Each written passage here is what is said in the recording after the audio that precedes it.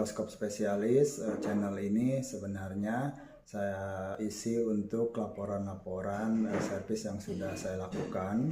Tapi pada kesempatan ini saya ingin berbagi, walaupun teman-teman atau sahabat semua mungkin sudah sangat paham atau sudah tahu, ini sharing saja dari versi saya bagaimana cara penggunaan mikroskop cahaya monokuler. Kemudian kalau misalkan berkenan ya silahkan di subscribe, sehingga ke depan mungkin kalau saya udah ada waktu, kesempatan, dan materi tentunya akan berbagi informasi yang lainnya. Terima kasih. Baik, ini adalah salah satu sampel mikroskop yang akan saya informasikan sebagai contoh hasil servis. Dan sekaligus pada kesempatan ini saya sharing informasi sedikit aja, mengingatkan bagi para pengguna mikroskop ataupun para insan yang bergerak di bidang biologi ataupun lainnya gitu. Mengingatkan saja, ini adalah jenis mikroskop monokuler, cahaya monokuler. Cahayanya itu dari sinar matahari. Artinya kita harus mengetahui dan paham jenis ini adalah menangkapnya itu dengan cermin. Cermin kita ketahui di sini ada dua macam cermin, ada cermin cekung dan cermin datar. Kapan kita menggunakan cekung? Ya kalau misalkan cahayanya kurang ataupun ingin lebih memastikan, memfokuskan, kita menggunakan cekung, karena sifat dari cermin cekung adalah mengumpulkan konvergen cahaya seperti itu. Kalau misalkan cahayanya kuat atau apa, ya gunakanlah yang datar lah, divergen seperti itu. Berikutnya pastikan objektif. Pada objektif yang paling lemah ini ada 10, 40, 100, berarti ini harus kita tempatkan pada objektif yang 10 kali. Kemudian pembesaran mikroskop itu adalah hasil kali antara okuler kali objektif yang ada di bawahnya. Kalau misalkan di atasnya 10, di bawahnya 10, artinya 100 kali. Jadi objek diperbesar 100 kali dari aslinya, seperti itu.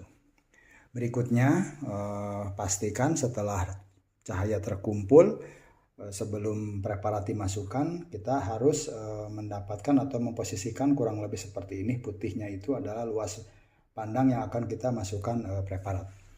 Berikutnya adalah masukkan preparat atau objek yang akan kita amati. Saya pause dulu. Objek sudah saya letakkan di sini.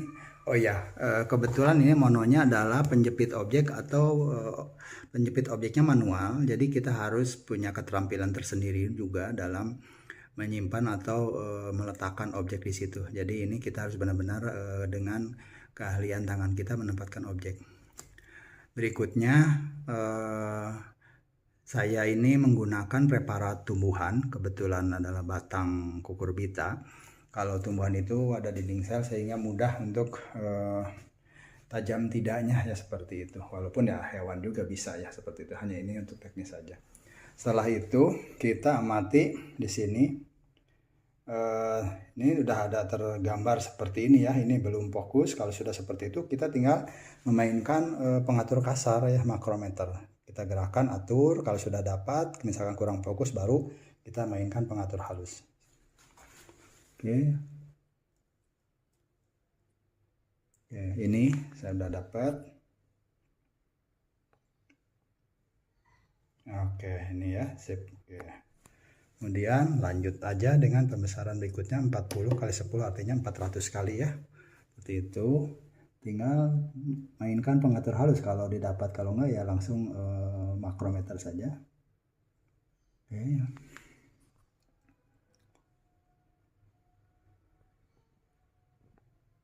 Oke, mantap. Berikutnya 1000 kali ya. Ini 100, ininya 100, kemudian ini 10.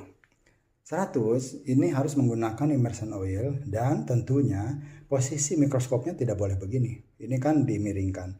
Kalau ada immersion oil pasti akan cairannya akan ke situ. Jadi mikroskopnya harus digitukan. Ini hanya untuk pengecekan aja. Dengan 100 kali ini harusnya dinaikkan dulu sedikit, tapi ini udah aman. Bentar, saya ambil dulu.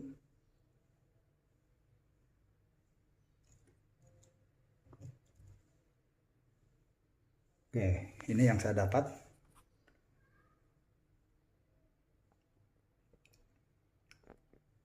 Oke, Kalau dengan immersion oil pasti akan lebih tajam ya, seperti itu. Ini kurang lebih yang lain sama. Jadi inilah hasil pengecekan untuk kualitas objek yang diamati, dan sekaligus sharing bagaimana penggunaan mikroskop monokuler cahaya, kurang lebih seperti itu.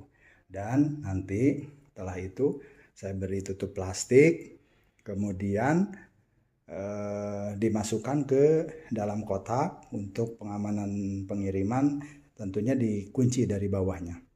Kemudian nanti setelah sampai sekolah ya dikeluarkan lagi, karena kalau misalkan di sekolah sudah ada lemari khusus mikroskop, lebih baik disimpan pada lemari mikroskop. Karena kalau untuk operasional penggunaan akan lebih rawan ketika mikroskop disimpan di dalam kotak, masuk keluar itu akan rawan okuler itu terbentur atau tergores dengan kayu itu, seperti itu. Itu satu.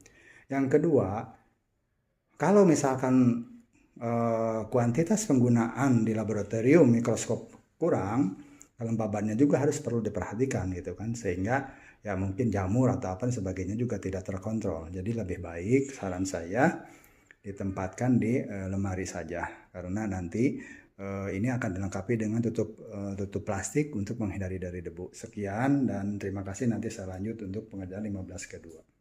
Dan tip berikutnya adalah setelah selesai penggunaan, pastikan lensa objektif kembali ke pembesaran yang paling lemah. Tambahan lupa tadi dalam penggunaan, setelah mendapatkan cahaya dari cermin, kemudian lensa objektif paling kecil, dan kita bisa memainkan kondensor ya. Ada di situ ada kondensor dan diafragma. Kondensor fungsinya itu untuk membantu memantulkan dan meneruskan cahaya yang ditangkap oleh cermin oleh kondensor kan, itu. Kemudian kalau sudah mulai pembesaran lebih besar, katakanlah 40 sampai 100, lensa objektif itu kan akan lebih gelap dari sebelumnya gitu. Tentunya itu kita perlu bantuan diafragma untuk membantu memfokuskan. Kenapa makin gelap cahaya yang didapat atau diterima oleh mata? Karena setiap lensa objektif itu tersusun dari beberapa lapis lensa, mulai dari satu lensa, katakanlah kalau misalkan 4 kali atau 5 kali objektifnya, kemudian 10 kali itu terdiri dari 2 lapis lensa, 40 kali itu terdiri dari 3 lapis lensa, dan 100 kali terdiri dari 4 lapis lensa. Jadi kita harus benar-benar bisa memainkan kondensor, naik katakanlah fokuskan cahaya, kemudian setelah objek memang dapat dibantu dengan mengatur diafragma. Semakin kecil ya semakin tajam, semakin dibuka ya akan cahayanya akan pudar ataupun kurang fokus, seperti itu. Itu beberapa di antara tambahannya. Tambahan saja ya, tambahan sharing. Jenis ini tidak memiliki kondensor seperti sebelumnya ya. Ini hanya memiliki diafragma model cakram. Jadi hanya kita ngatur lubang itu aja ya. Kalau misalnya ingin besar ya lubangnya yang besar, pilih aja seperti itu. Oke, itu aja. Baik, saya berikan cara tip atau trik bagaimana menyetel jenis monokuler yang penjepitnya seperti ini manual. Jadi kalau misalkan tidak memegang objek ataupun kendur, caranya seperti ini ya, dari sini tinggal ambil, kemudian dibeginikan dikebawahkan, kemudian langsung ditempel seperti itu. Ini juga sama tuh.